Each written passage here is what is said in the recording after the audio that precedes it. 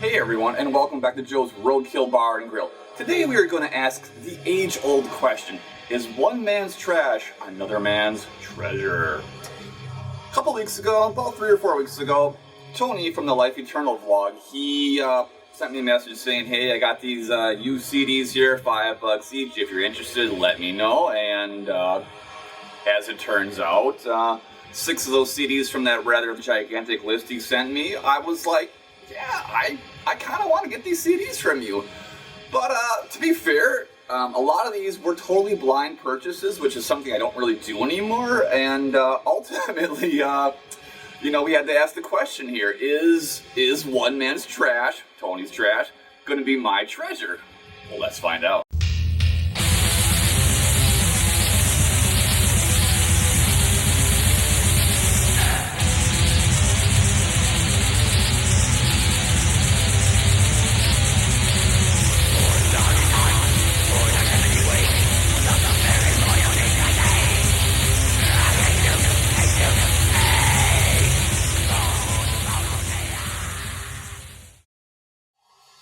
Kick things off, we're going to talk about the Ukrainian black metal band known as Lucifugum, or maybe it's pronounced Lucifugum. I don't know.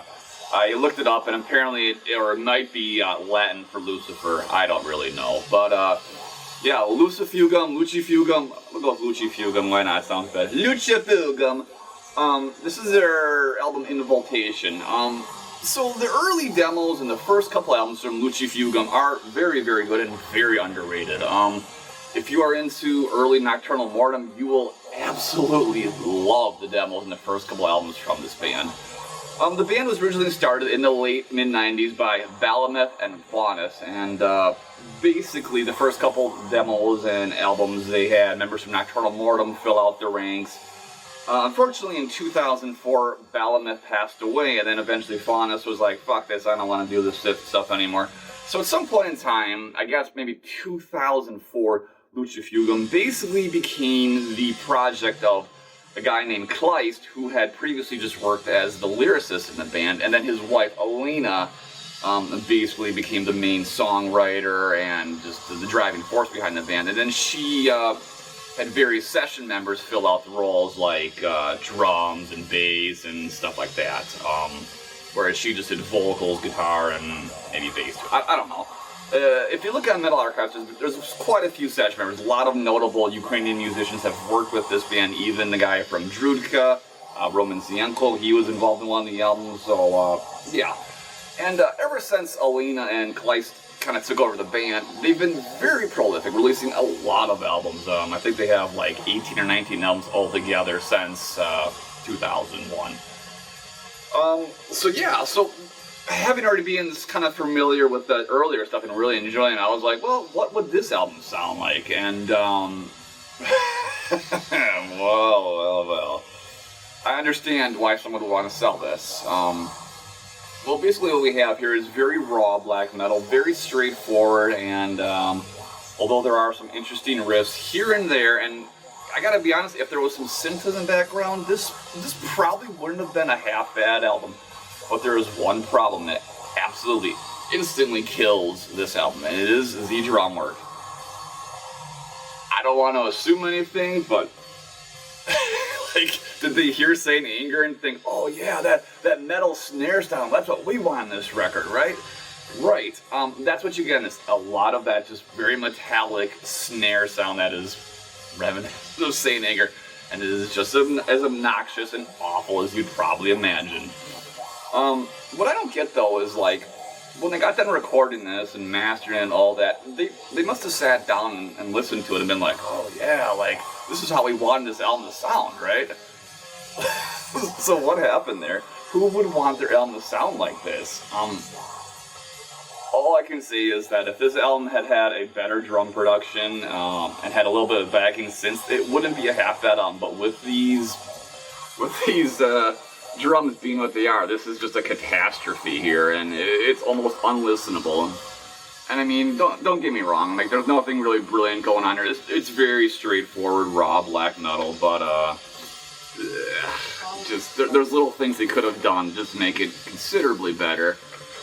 But yeah, very straightforward stuff. You know, there's some samples from some stuff here and there, which in a lot of ways doesn't really fit. It's kind of random or as intros to each song. So I don't know. But yeah, Lucifugium and Involtation. Get out of here. Continuing on, we're going to talk about an Italian band known as Evil. Or is it a deliberate misspelling of the word evil? I'm not sure, but if you check Metal Archives, there's several bands named Evil or Evil. What I do know is that nowadays Evil is the name of a frozen meal company you can buy at fucking Target. I'm not kidding, but back in the early 90s, it was an Italian black metal dungeon synth hybrid band. I was very curious about this one because I've sort of had the band's debut album, The Saga of the Horn King, on my to-buy list for a good couple of years now. It's a very hokey but very fun DS black metal hybrid album. And what you get on this particular album here, which is called Dies Irae, is a collection of their two demos, The Tale of the Horn King from 1993 and The Dark Dream Quest Part 1 from 1994. These are both serve as preludes to the Saga of the Horn King album and then the Dream Quest album, which came the year or so after that.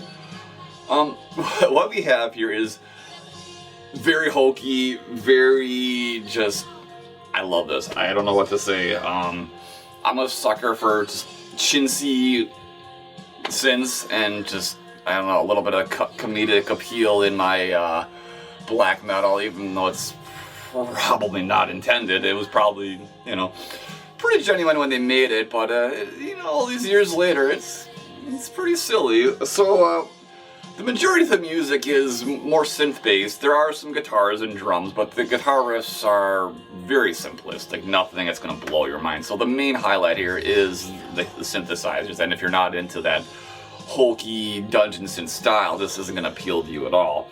There's also some grim, raspy black metals and grim, raspy vocals, pretty typical of the era. And then there's also these sort of spoken female narration throughout.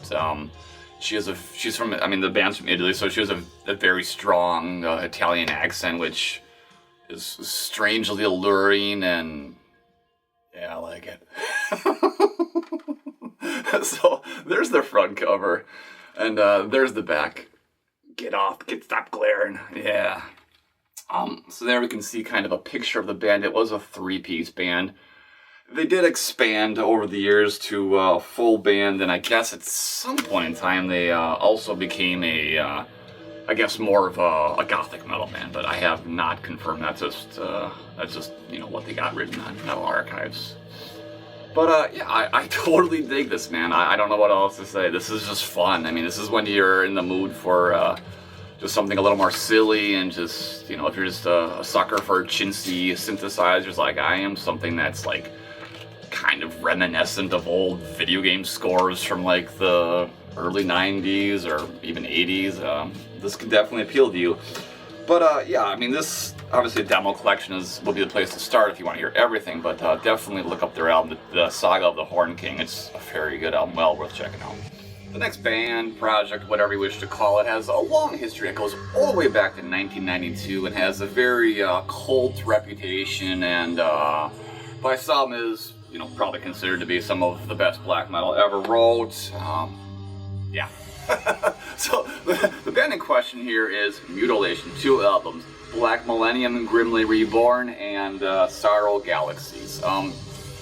So, what can you even say about that album cover?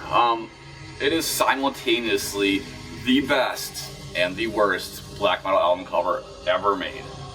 I first became aware of this band probably back in like 2001. I remember back then I used to hang out on this message forum called SnakeNet Metal Radio, and I used to post a lot of black metal stuff, which was often met with a lot of criticism because there was all these like, I don't know, I guess older guys that are like, this is fucking garbage, this'll never mean anything, you should be listening to Judas Priest and whatever, which is stupid because at the time I was listening to Judas Priest, but you know how it goes.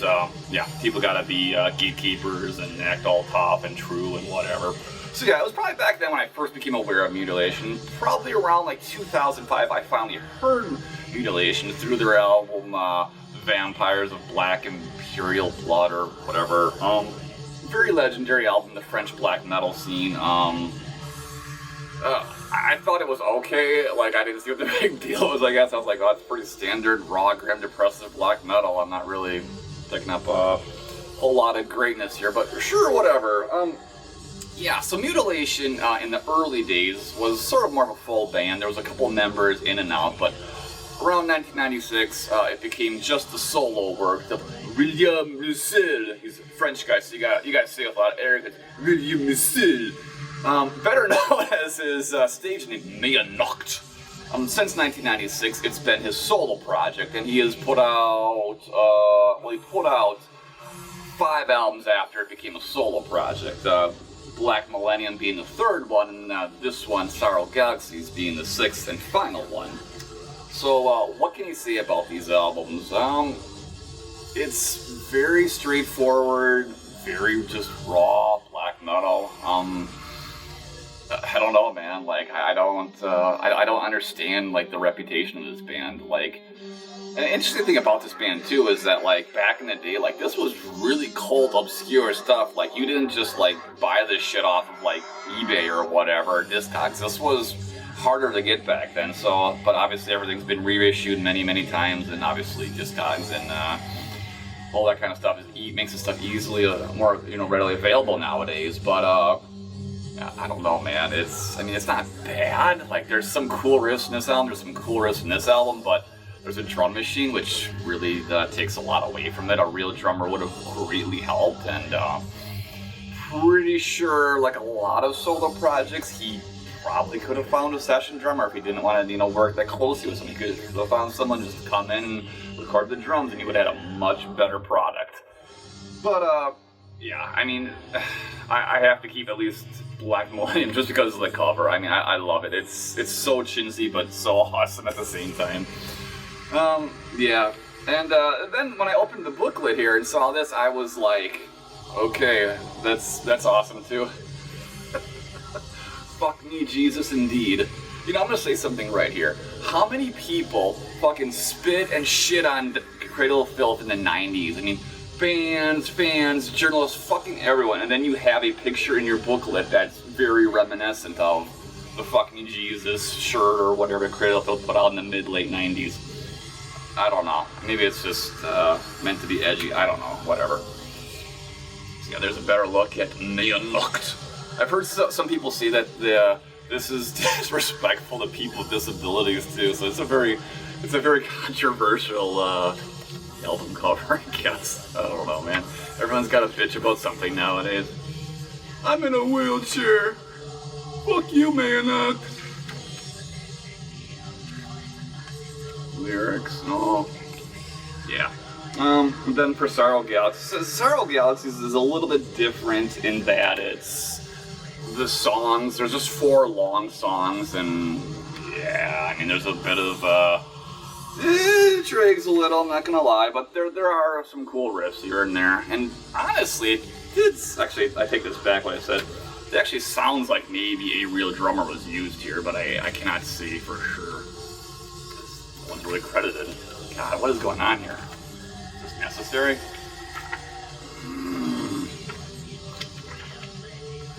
Yeah, so nice fold-out booklet just to annoy everyone, especially me. But yeah, that's Mutilation. I guess if you know, you know, and if you dig it, that's fine. I don't know. Maybe this will grow on me over time. Maybe I'll be in just such a mood someday where I'll be like, oh yeah, I gotta listen to Mutilation. I gotta get my lethal dose of French black metal, and yeah, fuck it. Continuing on, we're going to talk about a band known as Thule, and this is not to be confused with the band Thule from Norway that eventually became known as Taka. No, this is a totally different band from Iceland that existed from 1995 to 1998 and then became known as Potentium. I got this album in my collection originally back in 2008 when blackmetal.com Records released it, the Thule Anthology. Back then I got it as a promo from them because blackmetal.com Records just sent me everything back in the day. Like, I think almost every single release they sent me back in the day. And what this anthology is basically, and as far as I could tell, a collection of the band's first 3 demos. And this is very, very good. Like, hearing this again all these years later, I was like, why the fuck did I sell this? So basically what we have here is blackened Viking metal, very similar to early Enslaved, Kampfar, Helheim, and, you know, that kind of Norwegian blackened Viking metal kind of stuff that was, you know, obviously very big in the early 90s. They draw a lot of inspiration from it. Very similar musically and production-wise, and maybe the only real difference is that there's, you know, lyrics in Icelandic rather than Norwegian or even English. Maybe some of those bands wrote in, I can't remember now. But yeah, it's very good, and Tony, you should have listened to this one again before you sold it, because this is fucking awesome. It's so awesome to have this back in my collection. But yeah, you know, it's cool revisiting stuff you had years ago, just to, you know, kind of kick yourself in your own ass and be like, man, why did I sell this? Because this is just fantastic. Great drumming, fantastic riffs, just a sort of epic, it's blackened Viking metal ferocity you want in this kind of music. This is great. As I kind of said, you know, this band eventually became known as Potentium, and as Potentium, they put out 2 albums, but I have no idea if those albums are similar sounding to this or what, but if they are, I definitely gotta get them, because this is just phenomenal. Love it, man. So, a funny thing about blackmetal.com records, I think I've said this before, they always did their own album covers, and as such, the album covers oftentimes lack quality here. It's just sort of a random landscape shot, maybe, with just some, yeah, pretty simple. Just the booklets, I have upside down, pictures of the band, a little bit of information on the recordings. Yeah, man, really good stuff. Definitely worth looking up. You know, out of this band, only 2 of the members really went on to something. The main member, whose name is Elder, I'm not going to even try to pronounce his real name, because Icelandic names are insane, but he went on to a lot of different bands. Like, he went on to Potentium, he went on to a band called Curse, I think he had a solo project called Elder, which, now that I'm hearing this guy, I really want to check it out. So yeah, Thule Anthology. Alright, the 6th and final album we're going to talk about today comes from Horna, and their album, Eventenog the Flossolfiskov, what? So I looked it up, and it literally means nothing. It's fucking gibberish. But you know, the funny thing about Finnish black metal, and this kind of goes all the way back to Impaled Nazarene's, like, first demo. There's this thing about the Finns where, like, they spell words backwards, or they have demos that are backwards. I don't get it. I don't know if it's meant to be weird or obscure or what it is, but it's definitely a Finnish thing. So, back when this album was originally released in 2006, the N Records sent a promo copy to me for my zine, and I really enjoyed it, and then, for whatever reason, I sold it somewhere down the way. Yeah, don't know why. In a lot of ways, this was my introduction to Horna, and since it was distributed in the United States by the N Records, I would assume it was the introduction for a lot of people into Horna. I was aware of a Horna before this album came out, but I had only just downloaded some songs here and there, hadn't followed up as I should have, obviously. But this ended up being, this is very much a transition album for the band, as when they got to this album, it was just Shotrog and a new vocalist named Corvus. Werewolf had gone on, started Satanic War Master a couple years earlier, and some of the other guys, you know, had went on to other projects or retired from music altogether. So it was just a 2-piece at this time, but the rest of the lineup is filled out by various session members.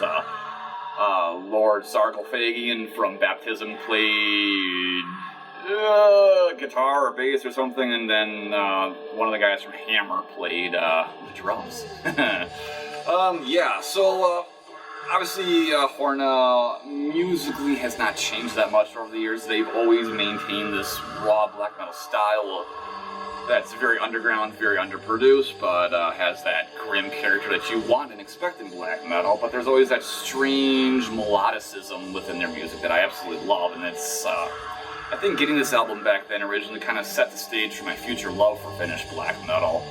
But you know, one of the things that I've always kind of thought is kind of funny and weird about Horna, and this album in particular, is that while some of the riffs and some of the music is evil and sinister as hell sounding, the song that's playing right now has this riff that's kind of I don't know, it sounds more kind of happy and not grim at all, but it's still really cool. And of course there's lots of those more kind of rocking, real head-bobbing riffs in this record and all their records. I mean, it's Hornet. I mean, if you've heard of Hornet, you kind of know.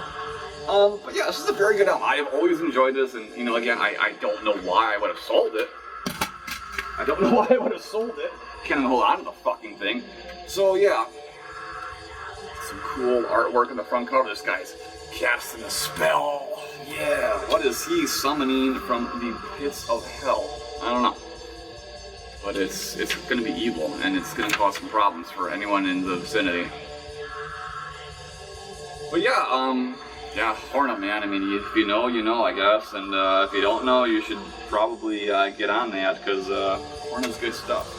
Alright guys, that's it. Thank you for watching Joe's Metal Mancave, and remember, pay your respects to the vultures, for they are your future.